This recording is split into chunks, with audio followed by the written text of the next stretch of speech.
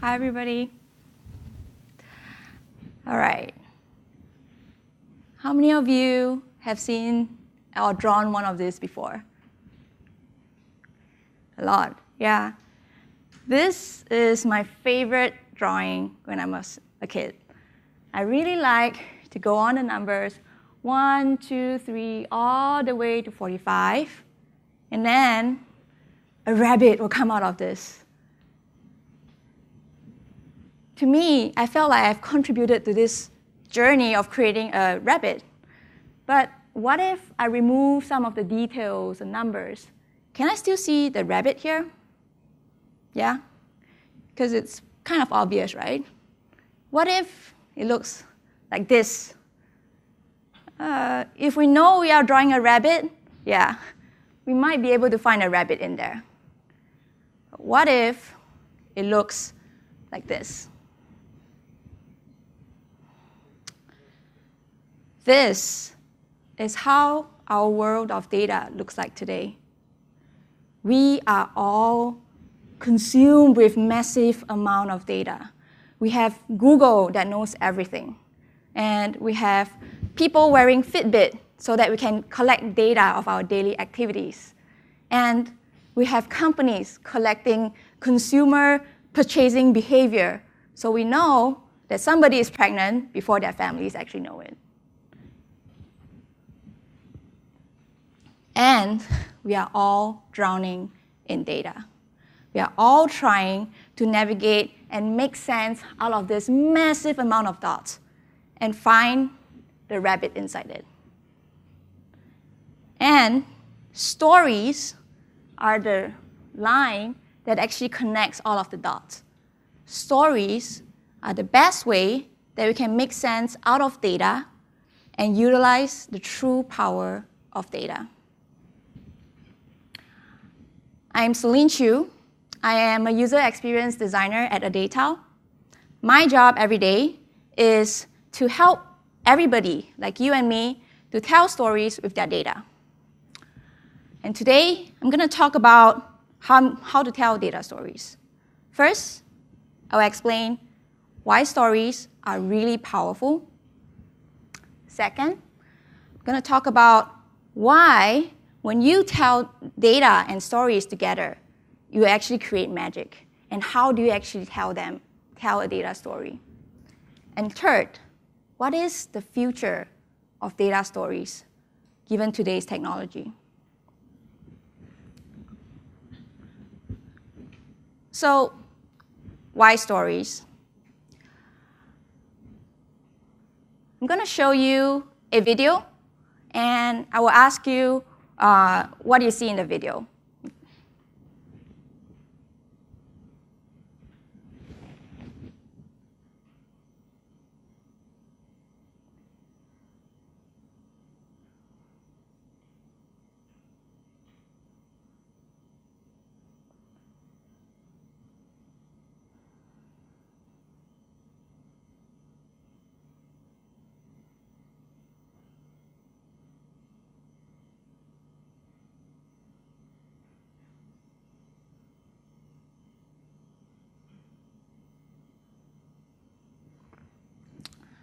Okay, there's no right or wrong answer.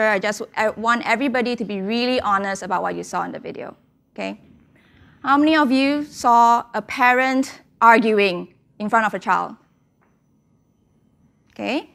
How many of you saw a love story between two guys and a girl? How many of you saw other stories? Isn't it amazing how we actually perceive some moving shapes around? This is essentially how our brain works. We tell ourselves stories every single day, even with just moving shapes. And we actually make sense of the world by telling stories to ourselves. So if today I ask you to go back and say and repeat this what you saw in the video, you wouldn't say, I saw a triangle move to the right corner of the screen.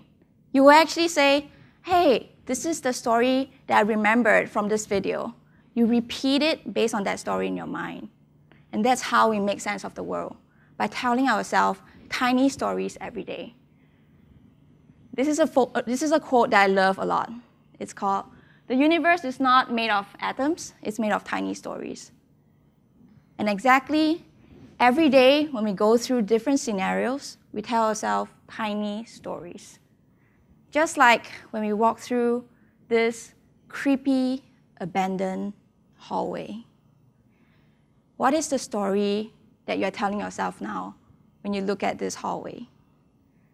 For me, I'm really afraid. I'm always scared that something is going to pop up of nowhere. Why am I so afraid? Because actually in real life, nothing ever pops out of nowhere for me. Is it because of this? But I know that this is fake.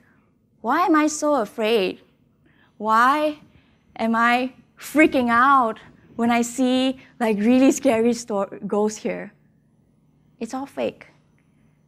And there is actually a reason behind this. It's all because of how our brain works. There's a psychologist, his name is Raymond Moore, and he works at the York University of Canada. Now, he is also really curious about what happens to a person's brain when we are listening to stories. So he put 86 participants through MRI machines and tell them stories at the same time. Now, what really happens is that when we are listening to a story, it's as if we are living through that story. So when we listen to an action movie, the motion part of our brain lights up. So this explains why when we actually see somebody eating a very delicious chocolate cake, we get really hungry. Or when we see a picture like this, I have that sour feeling in my mouth. This is essentially how our brain works. We feel when we're actually listening to stories. Maya Angelou said, "They won't remember what you said, but they will remember how you make them feel." And stories has exactly the same power. We remember stories because they make us feel. Just like when I show you this picture of Finding Nemo, you remember that good feeling that you got when you watch the movie. And stories are so powerful because that's essentially how we make sense of the world, and we remember them by feeling in the stories.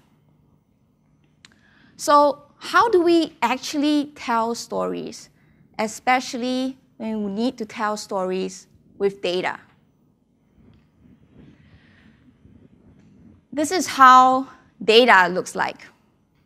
It's numbers, tables here. This is all numbers and statistics that tells the story of Napoleon's attack on Russia in 1812. Can you see the stories in here? It has the numbers that says the amount of troops that he had left at different positions. It also has some weather data, and it also has the location of the different cities that they went through. But could you see the story in here?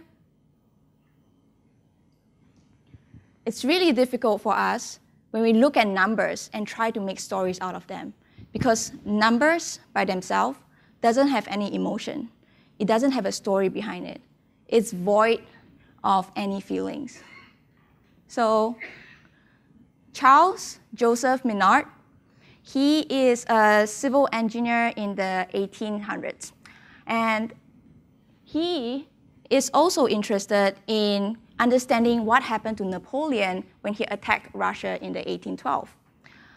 The thing is, he also met with the same problem like us, which is just data, numbers, when he's reading through the historian's notes.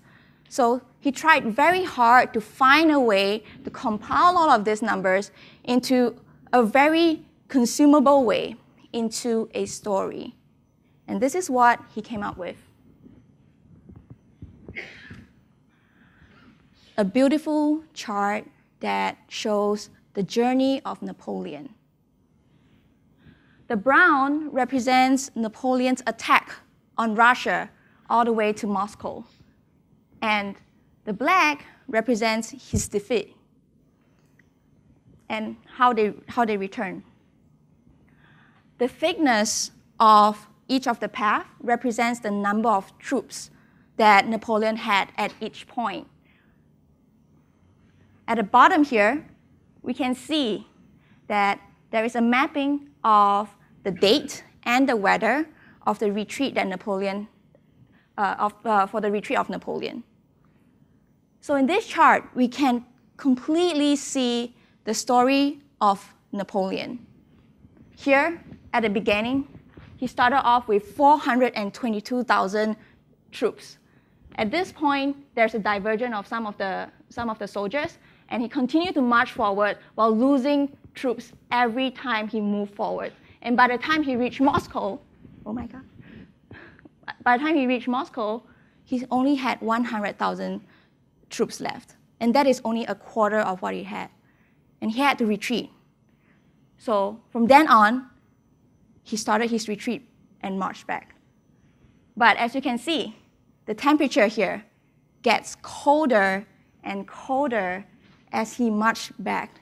And in the meantime, he continues to lose one and more of his troops all the way back to the point where he started, and he only had 10,000 troops left. And that is only 3% of what he started with. You can see the whole journey of Napoleon just from this chart, as compared to the numbers that you saw earlier. Visualization is a way for you to tell stories with data. And Charles did a great job at doing this because he combined the different charts together. If you look at this beautiful visualization, here is a line chart. We know how to draw a line chart. There's a map here. We know how to draw a map. That's Google Map. There's a path on it. We know how to draw all of these things. But independently, the charts doesn't make sense. You only have weather data or you have the map. But when you combine them together, that's where you see the full story. And this is what makes Charles the best storyteller with this Napoleon chart. This chart is known as one of the best statistical charts and also one of the earliest infographics. And this is in 1869, 200 years ago. He had to hand draw all of this chart. Now today, we no longer have this restriction. We can actually draw a lot of visualizations by ourselves and connect all of them. And it's very common for us to connect data today by words. So words is another way that we use to connect all the different data. It's very common today in the news articles for us to read a story and then see a chart to see the statistics on it. And besides words, there's also another way for you to tell data stories by actually telling it through a presentation. I'm going to show you a presentation by Hans Rosling, and this presentation is known as one of the best data story presentation. We is Western world, and them is third world. And what do you mean with Western world? I said, well, that's long life in small family, and third world is short life in large family. So this is what I could display here. I put fertility rate here, number of children per woman, 1, 2, 3, 4, up to about 8 children per woman. We have very good data since 1962, 1960 about, on the size of families in all countries. The error margin is narrow. Here I put life expectancy at birth, from 30 years in some countries up to about 70 years. And 1962, there was really a group of countries here that was industrialized countries, and they had small families and long lives. And these were the developing countries. They had large families and they had relatively short lives. Now, what has happened since 1962? We want to see the change. Are the students right? It's still two types of countries? Or have these developing countries got smaller families and they live here? Or have they got longer lives and live up there? Let's see. We start the world. And this is all UN statistic that has been available. Here we go. Can you see there? It's China. They're moving against better health. They're improving there. All the green Latin American countries, they are moving towards smaller families. The yellow ones here are the Arabic countries, and they get larger families, but longer lives, but not larger families. The Africans are the green down here. They still remain here. This is India. Indonesia is moving on pretty fast. And in the 80s here, you have Bangladesh still among the African countries there. But now Bangladesh, it's a miracle that happens in the 80s. The imams start to promote family planning, and they move up into that corner. And in 90s, we have the terrible HIV epidemic that takes down the life expectancy of the African countries, and all the rest of the world moves up into the corner where we have long lives and small family, and we have a completely new world. How many of you enjoyed his presentation? Yeah, I did too. And the good thing about Hans Rosling is that there's such an engaging way for him to tell data stories. And there are a few things that he did really well in this presentation. One, there's humor, and humor definitely helps. And two, he don't just talk about the chart. He actually brought in additional data that is not in the chart to say what's happening there. You know, there's a government policy that affects this, and that's why it's moving this way. And it actually makes people really engage and understand, oh, so that's the story that happened to global population at that point in time. And this is what makes Hans Rosling really successful in his data storytelling technique.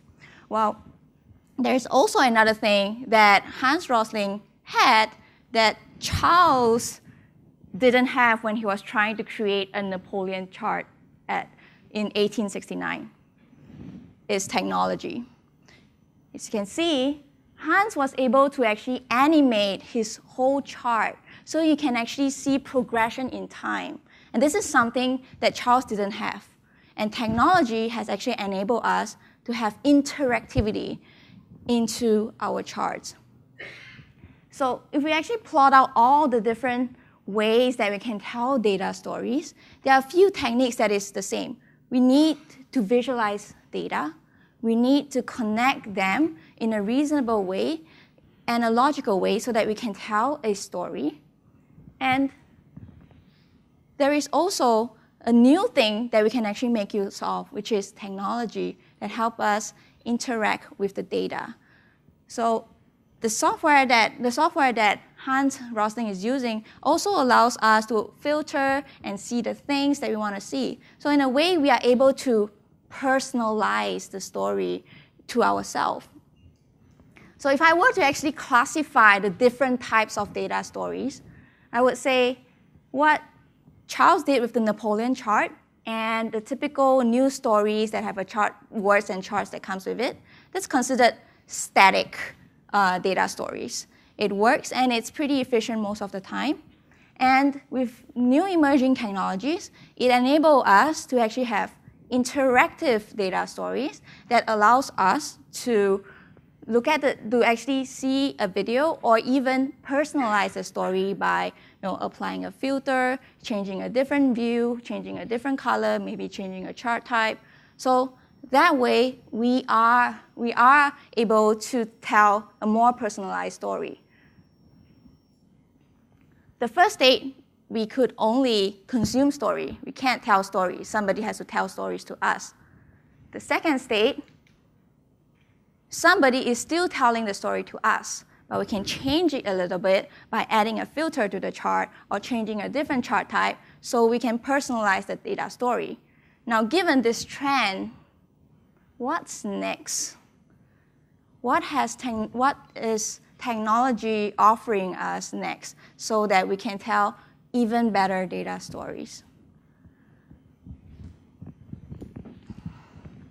So here, I'm going to use an example of an article that is created about American healthcare.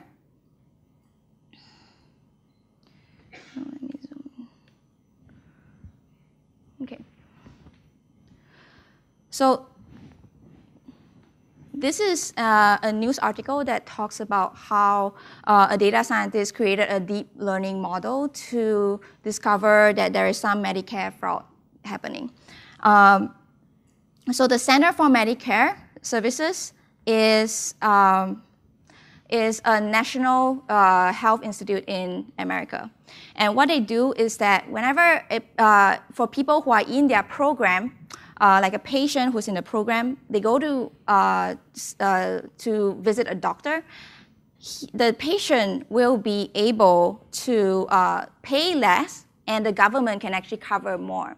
So what happens is that a lot of the doctors will have to submit and bill the government for the remaining of the medical cost.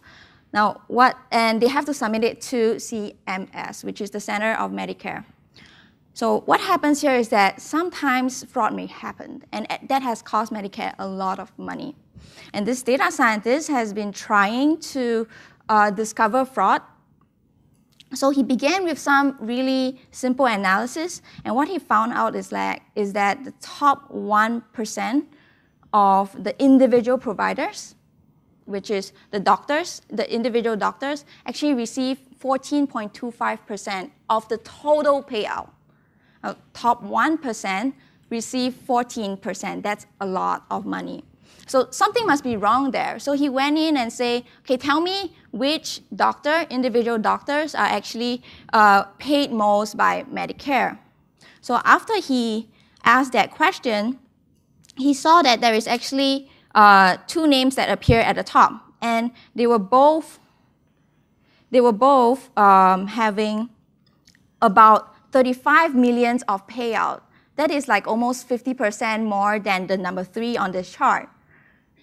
And since this is actually analyzing based on past data, which is something which this data set is based on 2012 and 2013, he went to Google and to search for these two names. And what he found out was that, yes, these two doctors was indeed being investigated for fraud now. So we can see how data can actually tell us a lot of interesting insights. And this whole article continues to talk about how he used all of these insights and create a deep learning model on it. Now, this is a very standard static data story that we read a lot on the web now today. We have a story that is written by somebody, and in this case, it's Christopher Smith, who's the journalist.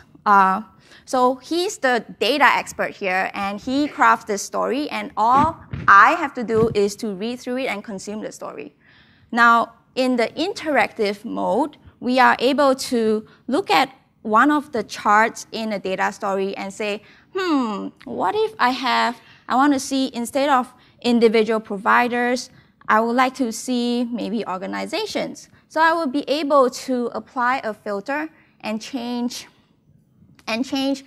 what the chart is showing.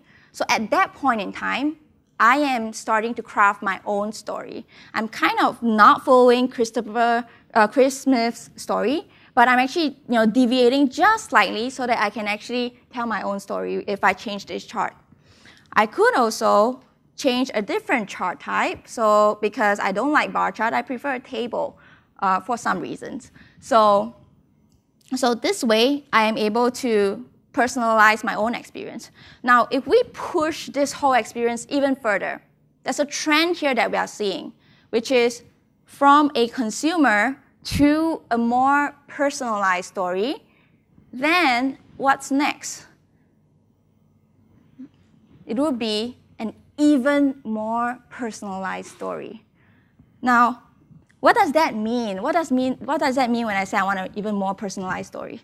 It could mean that, when I'm reading this story that Christopher Smith has created for me, I may agree this story, but I may have a different question, which is, can you tell me what is the total number of payouts per year by Medicare? This information is not anywhere in this article because Christopher Smith has decided that that information is not important for him to put in this story. So he didn't put that in the story, and I couldn't get that insight. And if I look at all of the charts that are available in this article, none of them allows me to filter or change certain ways so that I can actually get that insight. So what can I do? What if I really want to personalize this story for myself? I should be able to ask new questions, like saying, show relationship between the total paid and year.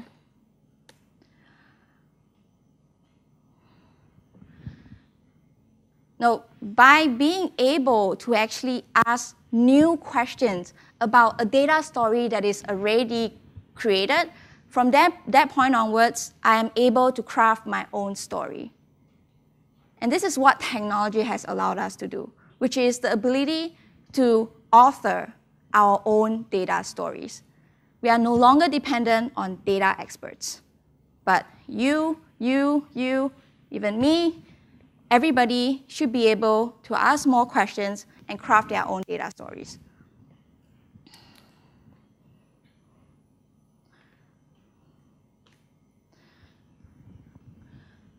So, like I've said, data expert Charles Joseph Minard, who created the Napoleon chart, he's a data expert. Hans Rosling is also a data expert. And Christopher Smith, the person who created the article, is also a data expert. But we are the person that consumes. But in the interactive state, we are now able to choose our own narrative, while the data expert only crafts the different scenarios. So what's next is that every one of us is going to become an author. We are all going to be data storytellers. And the data experts today will help in preparing the subject that we are interested in telling the story in, and we should be able to craft our own stories. And why is that? We are all living in a world of data. It is impossible for us to ignore data today.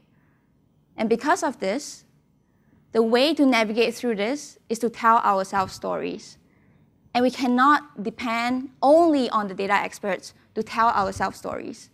We should be able to stand up and tell ourselves, this is the data story so that I can understand data,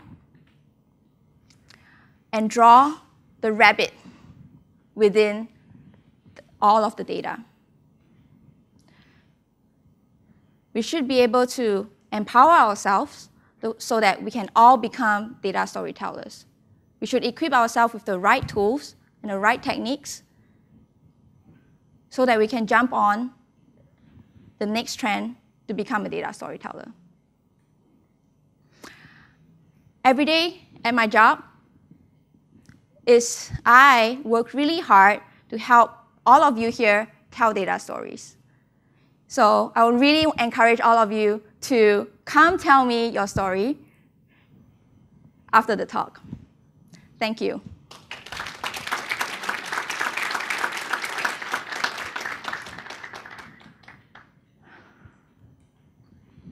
Questions?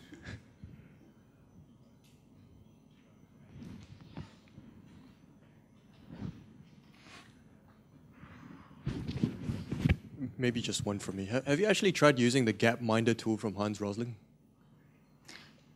Yes. For what specific data set? At that time, I was analyzing Singapore's housing data sets. So looking at the trend of their housing growth and the growth in terms of price across time, and I used that data set to actually help. The software to actually help me plot that. And that really reminds me of how it was really difficult for me to use it at that time. And mainly because I do not have the background to code. I do not have a lot of statistics background, but I need that information. And when it comes to really trying to understand a simple thing like, is Singapore's housing price increasing over time? I can't. I tried to use the software, and after a lot of struggles and a lot of help, I managed to do it. But in the end, it really resonates to me that how important it is for us to use the right tools that can actually help us tell the right stories. So this is essentially why I'm really passionate in helping more people that are like me who didn't know how to tell or even code to actually tell data stories. Yes. Your presentation sounds a bit like an ideal state. Sorry, your presentation sounds a bit like an ideal state because all the examples that you mentioned was on the benefit of hindsight, but in the real world today, I mean, the narrative that we companies want could be number one, something that a storyline should be told by someone who's familiar with the domain. Okay. Two, something that might be an ongoing narrative of which even the C-level might not be familiar with. So what are the challenges that you face with your clients in trying to help them tell their stories where A, you only know half of the story, and number two, you may not be familiar with the domain? So thank you for the question. So actually the mic is here. So thank you for the question. So if I were to repeat your question, you actually said that I do not have, when I'm trying to help my clients to actually tell the data story, it could be ongoing or it actually requires domain. So that's actually a very good question because I don't actually craft the stories for them. I create the tool to help them craft their own story. So therefore, if you look at the trend, I'm not saying that somebody else is going to tell us a story. In this chart here, the person that needs to tell the story, has to become an author. And in terms of an organization, who's the person that needs to tell the story? The decision makers, the person the person that needs the data to actually make business decision. So if we look at those kind of personas, they are not the data scientists, neither do they know how to code. And so therefore, that's why they can never actually author their own data stories. But every day, they need to actually collect all of these data, put them together, make a business decision, and then tell a story based on that decision. But who's the person that is actually creating all of this data for them? They have to ask the data experts, which is the analysts or the data scientists of their company. So this is where the gap is. It's like the artist, the person that needs to draw the rabbit, cannot draw the rabbit. He needs to ask somebody to draw the rabbit for them. And so this is where we see the gap here. And so therefore, we are really trying to innovate in terms of creating the right technology that can actually bridge this gap between the person that is supposed to tell a story and have the data experts who's really good with data to assist in this process instead of having the person that is supposed to write the story only consume. Does that answer your question? Thanks. Yes. What's your main challenge to get people to tell their stories from their data? Yeah, so that's a very interesting question. So the challenge with telling data stories mainly is the barrier with data itself and getting really quick insights. So that really reminds me of how we actually draft stories. A scriptwriter, the way you draft story is that they need to plan a lot of different ways to write the same stories. So when you need this planning and need these different sketches of these different storylines, that just means that you need to have this brainstorming effect. But the challenge here is that every time when I get one insight from the data, it takes me a long time for me to get that one insight. So that's challenge number one, which is speed to insight. By the time I get the insight, and I think, yes, this is the story that I want to tell. But wait, maybe I can tell it in the other way. Oh, I don't have the data to actually to validate that the other story. Let me go back to the data warehouse or the data expert to help me tell the story. And I have to wait for them to help me go to the data warehouse, clean the data, and then produce, choose what is really necessary for me, and then present it for me to actually tell the data story. So you can see this whole process is really cumbersome and not fluid, and it definitely diminish my ability as a business user to tell a data story.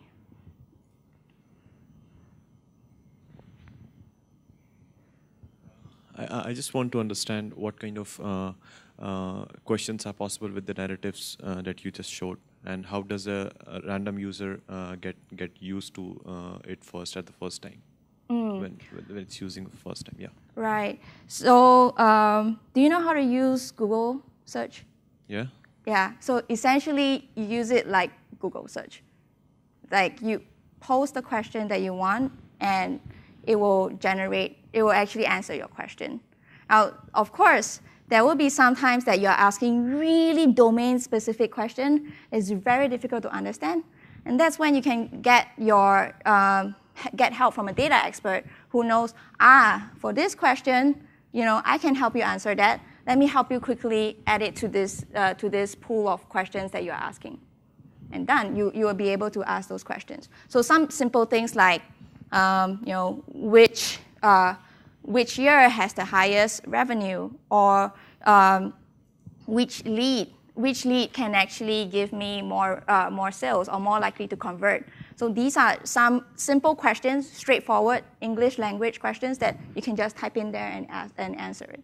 But sometimes, most often, these questions are more specific to a particular kind of user or a particular kind of problem scenario, like sales, like ideal sales conversion or whatever. Yeah. But how does a random user start using the system or narratives right on the go without any training? That's the major challenge that I think. Yeah, that's, for any software out there, there is always this learning curve. And this is why user experience design is actually really, really important, because if you think about the first time you use an iPhone, there is some learning curve, but there is a lot of poking around and finding out how to use it. And this is why we need to have the right affordances in a product, so that we can actually help guide the user to use it the way that they should actually get value out of the product. And I think a lot of that has to do with user experience design, and that's basically what I do every day at work. Okay, thank you. Thanks. Yes, there's a question at the back.